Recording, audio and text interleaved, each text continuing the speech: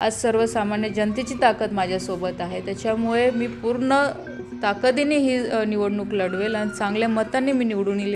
श्रीरामदादा पाटील यांना लोकांमधून जो प्रतिसाद मिळतो आहे त्यांच्या स्वभावामुळे, त्यांच्या कर्तृत्वामुळे आणि त्यांनी आतापर्यंत जी लोकप्रियता उद्योजक म्हणून मिळवली आहे त्या उद्योजक म्हणून मिळवलेल्या लोकप्रियतेवरती त्यांना हा प्रचंड असा प्रतिसाद मिळतो.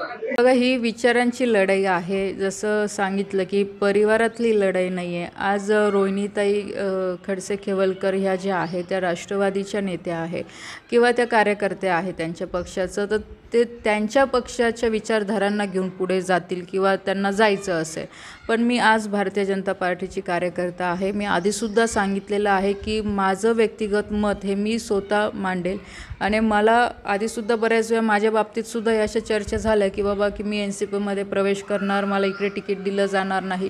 पण त्यावेळेसही माझं ठाम मत होतं की पक्षाने मला जरी संधी दिली नाही तरी मी भारतीय जनता पार्टीमध्ये राहून काम करेल, कारण की त्या विचारधारावर मी एवढे वर्ष काम करत आलेली आहे आणि भविष्यामध्ये पण जी भारतीय जनता पार्टीची जी आयडिओलॉजी आहे ती लोकांपर्यंत मला घेऊन जायचं आहे. आदरणीय मोदी साहेबांच्या नेतृत्वाखाली ह्या भागाचं किंवा ह्या देशाचा कसा विकास होईल आणि त्यामध्ये माझासुद्धा थोडा का होईना हातभार लागला पाहिजे कार्यकर्ता म्हणून, ते विचार माझे आधीसुद्धा होते आणि आजही होते.